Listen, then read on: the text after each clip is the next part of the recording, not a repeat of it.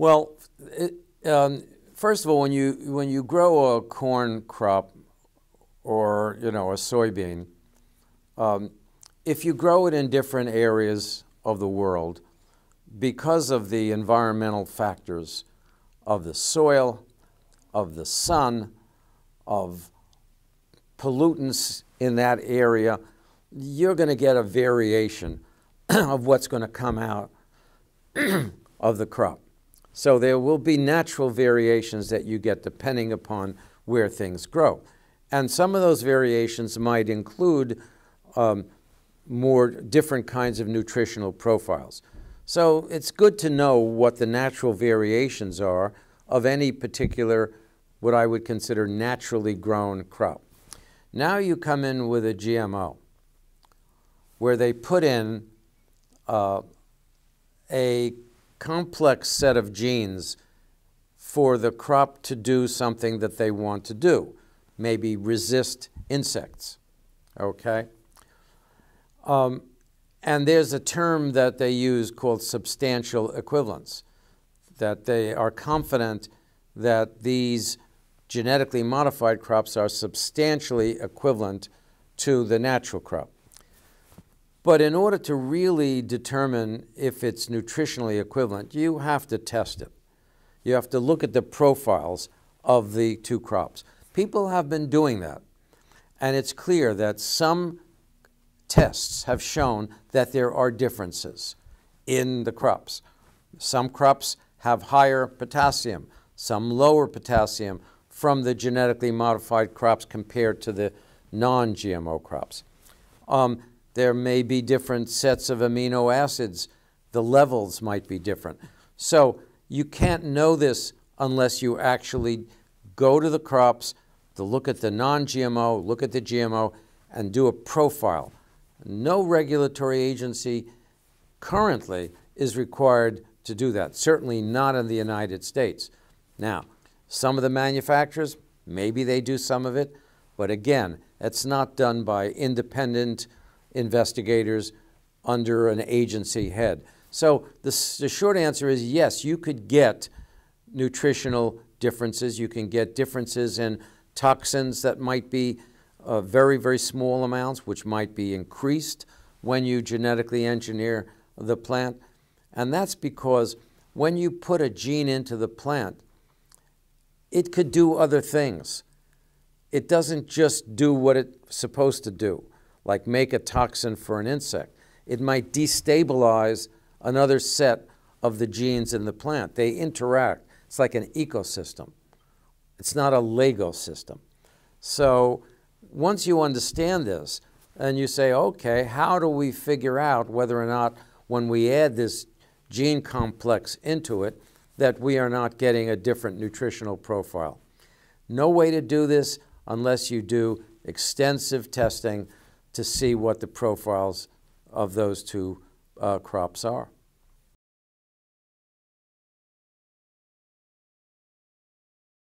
When the commercialization of biotechnology began in the early 1990s, the industry had convinced the Congress that these things were going to be inherently safe, that traditional breeding, which is taking two crops and merging them together in different ways, is no different than what the scientists were doing in their laboratory, which I call molecular breeding.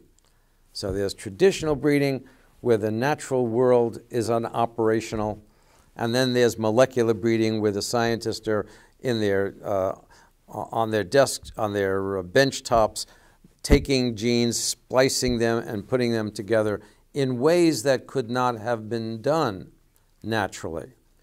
You can't take a gene from an Arctic carp fish and put it into, let's say, a potato and expect that to happen naturally. It's not going to happen naturally. The potato and the Arctic carp are never going to mix their genetics. It can only be done by human intervention. So the question is whether or not that process of human manipulation of the genetics of the crop is going to produce adverse effects that would not have happened if two plants had exchanged their genetics in a natural way. And that's what risk assessment is supposed to find out. But initially, Congress was convinced that this new form of breeding, molecular breeding, was going to be as safe as the traditional breeding without doing all the studies and the risk assessment that was necessary to be done. So that's part of the background. It was a great public relations campaign that Congress bought in the establishment of the regulations for overseeing biotechnology. They never created new laws. They used the chemical laws, the existing chemical laws, or some of them, to look at biotechnology, and they didn't really fit because chemical changes and these kinds of changes were very, very different.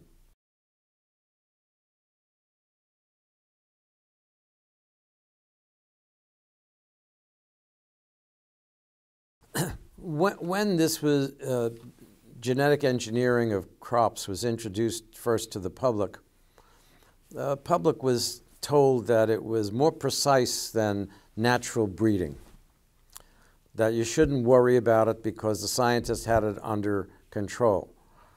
What the public was not told was that when you introduce these genetic complexes into the genome, into the embryo of the plant, that you cannot predict exactly where it's going to go in the chromosome of the plant. And it turns out that it will behave, the genetic component or complex that you put in will behave differently depending upon where it lands in the chromosome. So it's a bit of a crapshoot where it ends up in the chromosome. And then the molecular breeders have to try a few things and say, yeah, this one looks like it's working well, this one isn't, we'll throw that one out, we'll use this one. So they make the choices about which ones they want to use. But the idea that it's so precise is completely a created concept to assuage the public that they're in control, they know exactly what's going to happen. Unintended effects are part of the process. You simply don't know what these effects are unless you fully evaluate your product. And I would say that the biotech industries would argue, most of the unintended effects are not significant, or the molecular breeder, in other words, the industry, they would root out any bad effect. They could see it. They would make sure that that doesn't get on the market.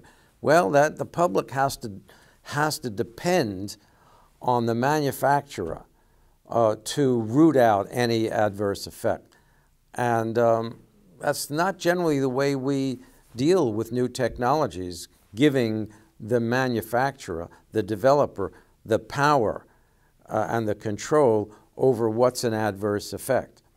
Are they going to be looking for the effects that public interest scientists would look for?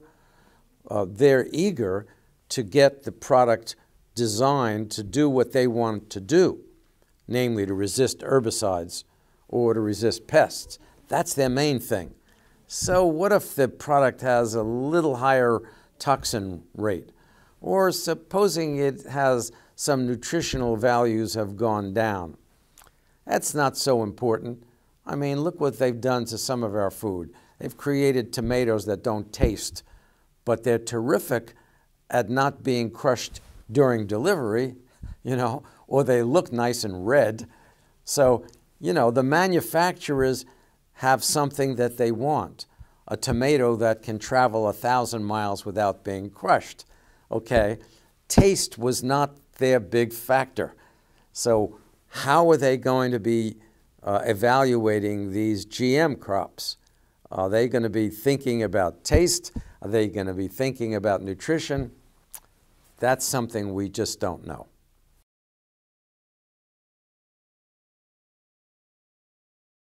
Well, in the United States, there's no requirement that no mandatory requirement that they have to be studied. But the other thing that the public has to understand is that there's no standardized testing. Nobody has developed a set of tests that say, these are the tests you have to do for this product to be evaluated as safe. And that's been stated in the scientific literature. Scientists say, we don't even have a standardized test. People are doing tests, and they are publishing the results of the tests, but let's face it, no organization, no international organization, no national organization has said, here are the tests you have to do to evaluate whether it's safe.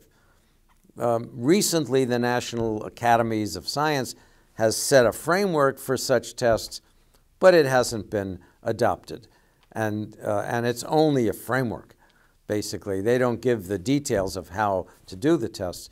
So in the United States, certainly it's not mandatory. There's no standardized test. In Europe, there's a set of guidelines about animal feeding studies. So they do have something that has been at least adopted by some of their agencies. And the Europeans are doing more of those studies than the Americans are doing. And they are obviously far more cautious about accepting any product unless they have at least fulfilled the requirements of their testing.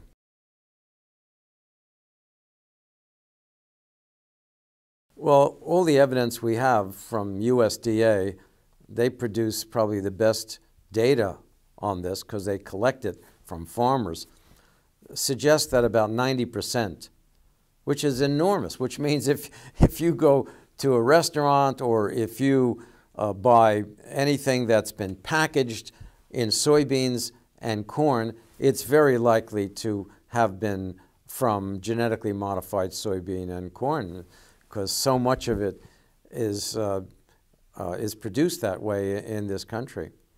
So the data suggests that about 90% of it, and there's only one way to reasonably guarantee that you don't get the GM soybean and the corn, and that is to buy food that is labeled as organic, because the organic standard says it can't be bioengineered. That's the standard. And unless somebody is getting it through the back door, that's the only way we know that there's no bioengineered corn or soybean in the food that we're getting. For those two products, we almost have a complete monopoly of the GM products in the American food system. And countries that have been more skeptical about GMOs will not trade with us. They will not buy these products from us. We're not the only country that's producing this massive amounts of GMOs. Also, Argentina is a huge producer of soybeans and using GMO soybeans. So it's not only the United States.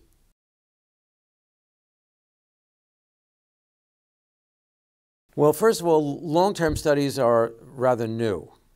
So it's only been a few years that they've been doing it. Mostly, the early studies were 90-day rodent studies. And they were really designed to see whether or not the animal is going to keel over. I mean, where you get an acute effect in 90 days. So the equivalent would be if you give a human the food and within a month or so, they will have a dramatic effect. So the long-term studies are sort of the life of the animal. So that would be about 2 or 3 years. And those studies really didn't begin until about 2012. So 1996, the first products come out. And 12, 14 years later, people start doing the long-term studies. And, you know, at least one long-term study came out with some adverse consequences, and immediately the scientists who were involved were marginalized, saying they don't know how to do studies, etc. They used the wrong rats. Didn't matter that Monsanto used the same rats that they did when Monsanto produced studies to say it was safe. So we really don't have, first of all, we don't have a agreed upon type of study to do long-term studies. And secondly, there have been very few of them done, so we really we don't know. And the one study that was advertised,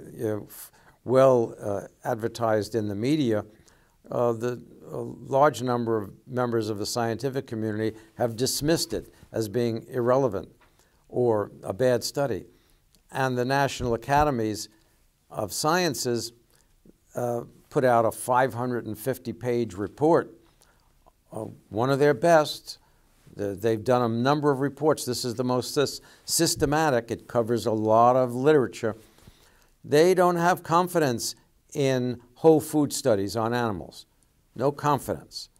So they put forth a different approach, which is detailed study of all the proteins, all the metabolites, everything in the crop, compare it to the non-GMO, and that's where you'll get your best information. Nobody's doing that. It's expensive, and animal studies have been the traditional way to evaluate new products. That's the way we evaluate chemicals. That's the way we evaluate drugs. So if you're going to find some chronic effects in the animals, you know, all of a sudden, if you start giving the animals these things and you look at the life of the animal and you find out, hey, this animal developed diabetes, you know, after 2 years, you know, and the controls didn't, then you have an idea that, hey, this might have some chronic effects that you can't get from these other types of studies. But nobody, so you either have some groups that don't really have confidence in animal feeding studies, and then the other studies are not being done by anybody. So it's kind of confusing because there's no standards.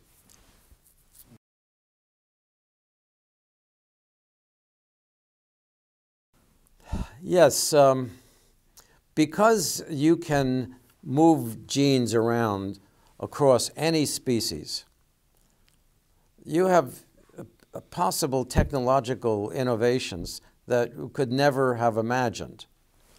So, for example, we breed crops for the purpose of human consumption, for providing nutrition to people.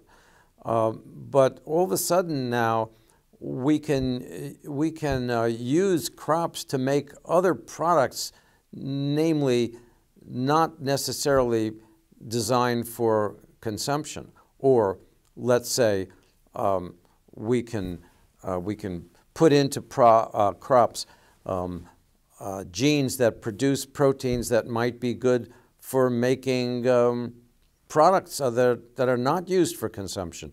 Or the farmer crops are designed to put into the crops a pharmaceutical. That's why they're called pharma crops. So let's suppose you wanted to produce an antibiotic, and typically it's done in laboratory conditions, and it's synthesized, or they'll take a natural substance and they'll modify it, etc. But they do this under the laboratory. But if you can get a crop to produce something that you would ordinarily produce in the laboratory, you have a cheap way of making a pharmaceutical, if it works, right? So, and there's two approaches. One would be if you can produce a pharmaceutical in corn, then you harvest the corn and you extract out the pharmaceutical from the corn, and then you bottle it and ship it out for people. Okay. That would be one way. Another way would be if you had a pharmaceutical and you wanted to put it into a banana, instead of giving a person a pill, you might say, here's a banana. Take the banana and you'll get an antibiotic. We'll call this an antibiotic banana. Okay. So what's the implications here? First of all, where do you grow the stuff? Because you don't want to grow this stuff anywhere near a regular crop, because all of a sudden you'll be going and buying a banana, and it was contaminated by a pharma banana, and now you're eating a banana with an antibiotic. So you don't want to do that. There's got to be a real sequestration, and maybe producing these pharma crops in greenhouses, but certainly you don't want the pollen of the pharma crops going, everywhere. So, and I don't think I know of an open field of pharma crops in the United States. I'm not aware of any. But anyway, it's on somebody's agenda because they pop up every once in a while, these pharma crops do. And they also have animals that they put a gene in. So I remember my university had a transgenic goat, and it produced a pharmaceutical called tissue plasminogen activator, TPA. And that chemical has been used and is used as a way to prevent blood clots in people.